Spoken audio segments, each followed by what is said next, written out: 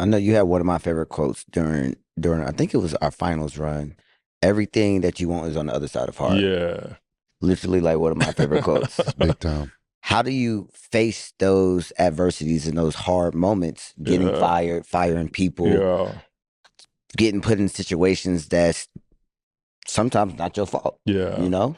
That particular phrase, everything you want is on the other side of hard, came after I lost my first wife, because everything happened so abruptly. You know, Mhm. one minute I'm getting ready for a game in OKC, and I think it was New Orleans coming to town, and then I get the phone call that no one ever wants to get.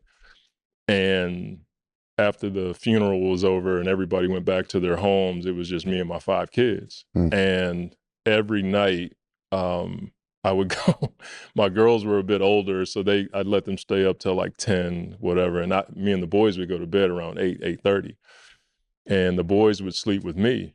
And I would literally have Micah in my armpit and Elijah would sleep right here on my side.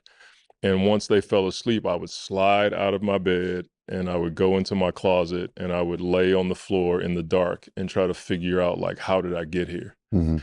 And to make a long story short, but you'll get it, I was just ready to check out. Not check out like do something drastic. I Yeah. was like gonna be gone. I was gonna pack my kids up, go out west, buy 1,000 acres, raise my dogs, fish, and just kind of get away from it. Mhm. And God in his graciousness kept bringing people to encourage me, whether it was Christine Donovan bringing cookies and leaving them on the side of the house, or Ayanna Lawson calling to check on me, or Sam Presti coming by the house, or Avery Johnson calling me, telling me I needed a cook, and Tandra Ward calling me, telling me I needed a housekeeper. Like, all of those encouragements allowed me to get past the hard. Mhm. And the hard for me was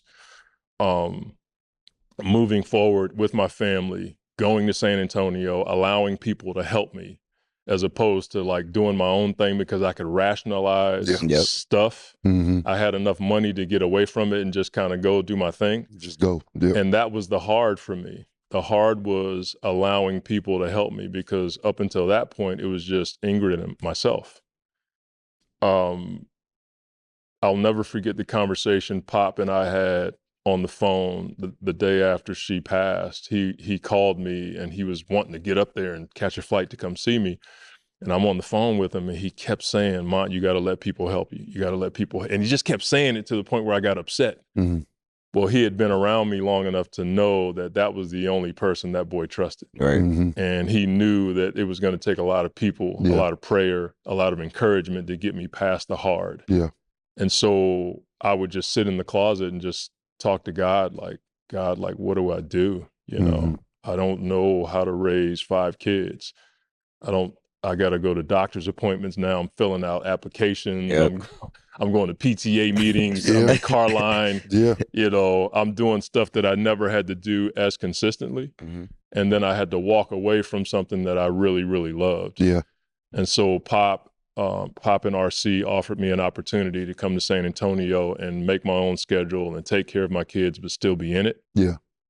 All of those encouragements, all of those people praying for me, all of the family members that called to check on me was what helped me get past hard. Yeah. And that's where that statement came from. And I can't imagine my life had I done what I wanted to do. Mhm. Because I was literally just going to pack up my kids. I was in OKC. I was going to head out west, and no one would ever hear from me again, which Mhm. was my plan anyway. Because Yeah. I didn't really I wasn't the guy that thought about playing in the NBA when I was a kid. Yeah. So I certainly didn't think about coaching. Right. So when all of this stuff came about, I was like, man, this is pretty cool, you Mhm. know? So when that happened to me, I was just going to go back to what I thought was going to be my life anyway and just kind of get away from it. Well, I think that would have been a huge mistake, and I would have hurt not only myself and my kids. Mhm. And so that statement, everything you want is on the other side of hard, that came from that time, kind of sitting in my closet and then watching God just bring people into my life to just say, "Mont, you're doing too much. Get a cook." Yeah. Yeah. I'm like, I don't need a cook. I got cereal.